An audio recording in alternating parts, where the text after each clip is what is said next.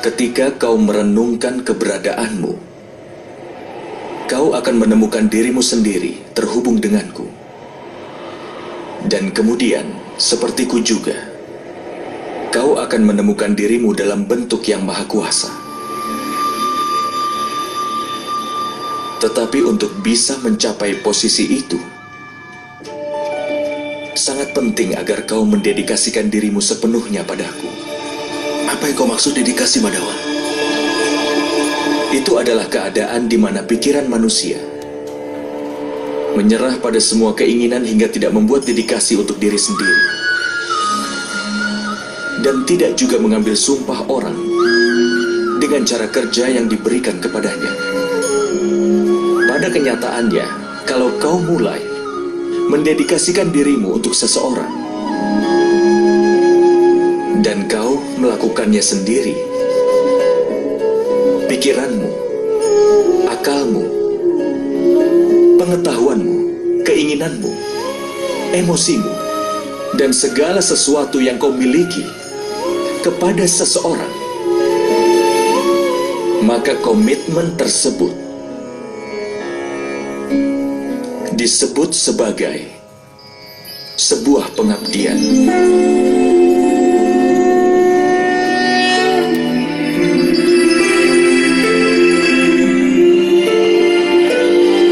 Seorang istri berkomitmen untuk suaminya. Prajurit berkomitmen pada panglima pasukannya.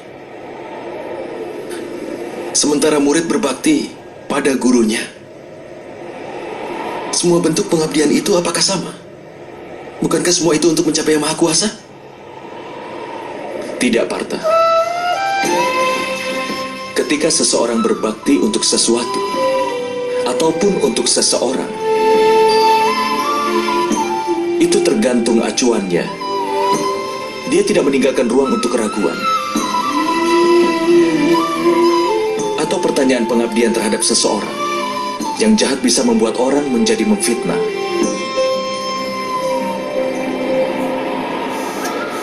Raja Anggakarna meskipun tahu apa yang benar, tapi dia berkata salah kepada Pancali di permainan dadu. Wanita yang menjalin hubungan dengan 5 pria tidak lebih baik dari seorang. Dan alasan untuk itu adalah pengabdian Raja Angga terhadap saudara Duryodhana. Hukumannya adalah dengan mendapatkan perang ini. Apakah begitu menurutmu? Itu semua adalah karena kesetiaannya kepada orang yang jahat. Karena itulah perlu untuk mendedikasikan diri pada apa yang benar, yang membuat manusia menjadi benar. Hanya penjahat yang dibelenggu dengan rantai yang terbuat dari besi. Lampu candi diikat oleh rantai yang terbuat dari kuningan. Kemudian juga ada rantai emas yang melingkar di leher kita sebagai sebuah hiasan. Kesetiaan terhadap suami, terhadap guru dan teman, itu hanya beberapa bentuk kesetiaan, Partha. Tapi yang disebut kesetiaan sejati adalah kesetiaanmu terhadap yang kuasa.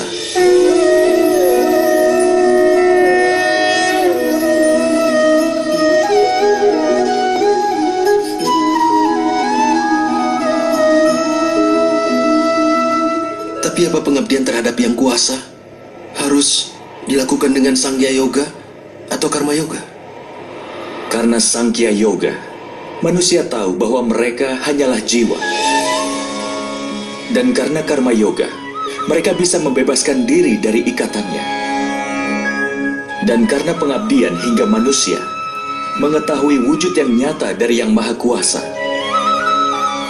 Dan manusia juga bisa mengetahui tentang arti keadilan dari Yang Maha Kuasa. Manusia berada dalam lingkaran hidup dan mati.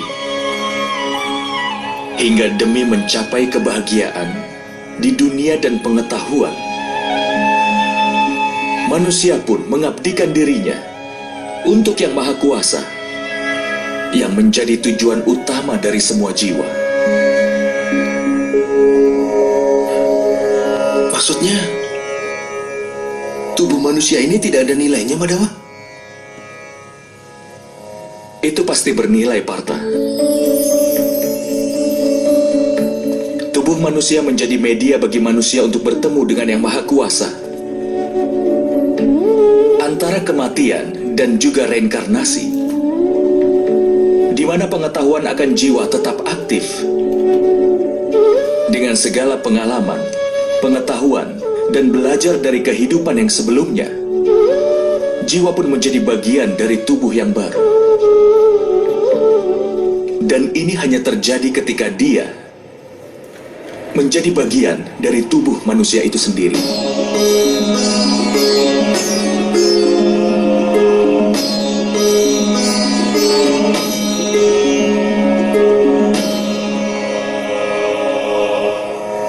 Tapi Madawa, dengan membunuh orang-orang yang hadir di sini, apakah kita tidak menghancurkan kesempatan untuk menyelamatkan mereka?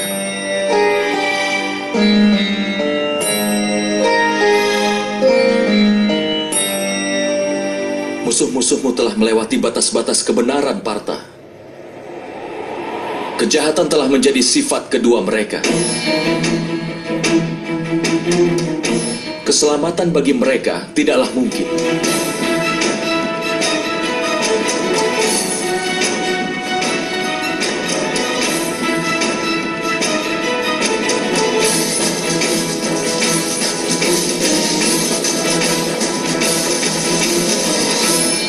Orang pendosa dapat diberikan kesempatan untuk memperbaiki diri hanya sampai batas tertentu. Aku pernah menghukum Sisupala, tapi itu memang perlu untuk menghukumnya. Jika kita membiarkan orang berdosa untuk terus melakukan dosa, maka dia akan semakin banyak menurunkan lebih banyak lagi kejahatan dan dosa-dosanya.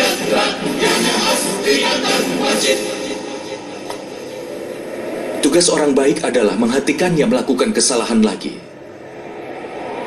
Jiwa-jiwa ini tidak akan mencapai akhir, tapi tubuh mereka akan rusak oleh ketidakbenaran dan menjadi bagian dari tubuh manusia baru.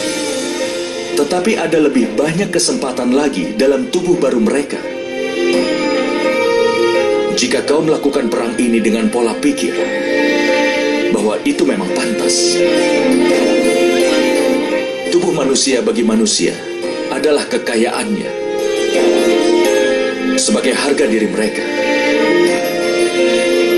Mereka yang menempuh jalan kebenaran akan memurnikan tubuh mereka, dan melalui jalan itu mereka akan bertemu dengan jiwanya. Ini adalah hubungan antara Kshetra dan Kshetragna. Aku tidak bisa mengerti tentang hal itu, Madawa. Ketika ada yang tahu bahwa tubuh kita adalah seperti bagian dari tanah ini, artinya hanya tempat yang seperti Kshetra, dan orang yang mengerti tentang tanah tersebutlah yang ada di sana. Karena itulah, maka dia menjadi seorang Kshetragna. Kemudian lewat tubuhnya bisa mengukur kemajuannya. Jiwa dalam tubuhnya akan menyeimbangkan 3 kebajikan itu. Dengan pengabdian untuk Yang Kuasa, dia bersatu dengan Yang Maha Kuasa. Yang dilakukan seorang pemuja adalah berbakti, bukan pengabdian, Madawa? Tidak, Partha. Itu langkah pertama untuk pengabdian secara nyata. Dalam kenyataan, pengabdian bukanlah tugas, tetapi itu merupakan sebuah keputusan. Sangat penting bagi manusia untuk memurnikan jiwanya melalui doa, penebusan dosa, kemurtadan, ritual yoga, dan juga pembelajaran diri, namun tetap berbakti pada Yang Maha Kuasa. Karena setiap manusia harus mencurahkan semua perhatian dan mengarahkan setiap nafasnya untuk Yang Maha Kuasa.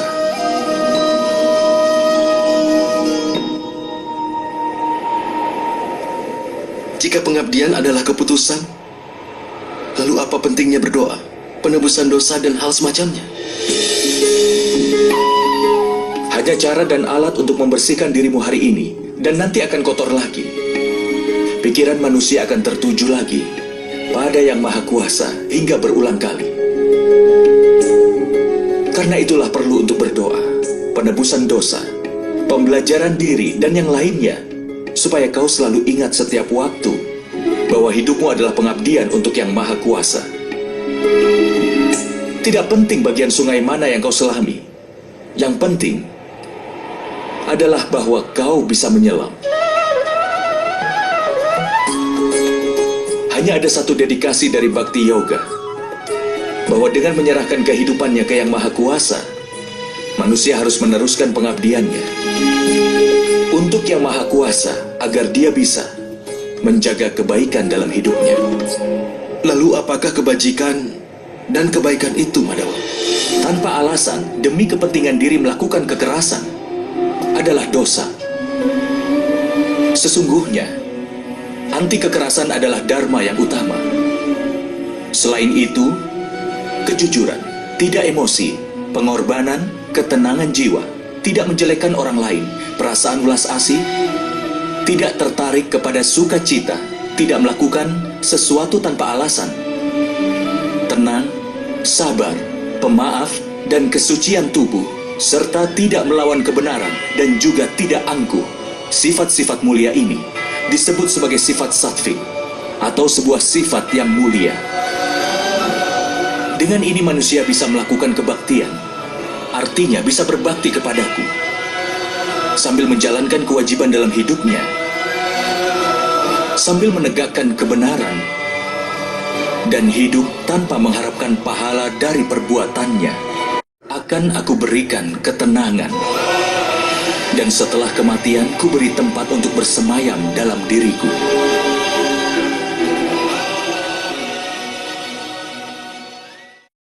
Seperti apakah wujudmu, Madawa? Melalui media Sangya Yoga, aku harus tahu bahwa aku punya jiwa. Aku abadi dan berada dalam tubuh yang fana ini hanya untuk sementara waktu.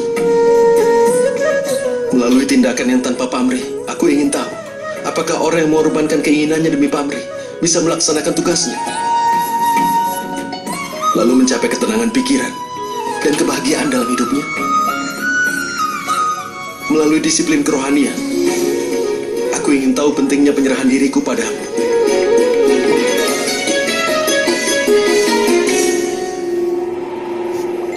Tapi Madawa, kau pernah mengatakan bahwa Yang Maha Kuasa bukanlah manusia yang berdiri di semua tempat.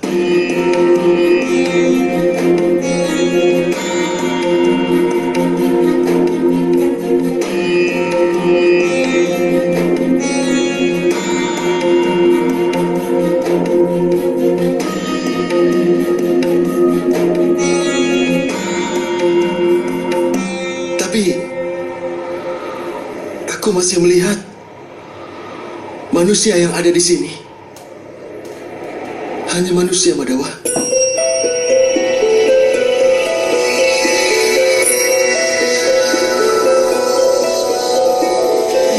Narayanam namaskritya naram chaiva narottamam devim saraswatim vyasam tato jayam. Aku ingin melihat sekilas dirimu yang sebenarnya, Madawa. Kekuatan, kemasyuran, pengetahuan,